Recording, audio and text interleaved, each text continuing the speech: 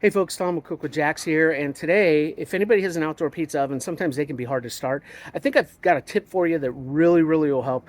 One of the things that I've done is create a kind of a way to really make sure that your fire keeps going. A lot of times you get them started, they go out, pizza oven takes a long time for you to maintain that heat up to about 1200 degrees or somewhere between 9 and 1200 rather, but it takes a long time to get to that temperature. So one of the things that I've done actually is, let me show you here real quick, is I've taken a old cast iron skillet. I put a little bit of charcoal in there with a fire starter in the middle, and then put a little bit of kind of a wood teepee or a little lattice around here with a nice hardwood. This is oak.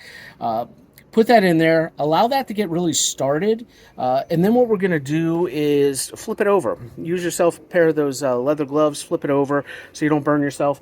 Flip it over. Get some other wood on top of it. It's going to start, it's going to keep on going, and it's not going to stop. This is really the best way that I found to do it. I encourage all of you to do it. Cook with Jax, just another one of those tips.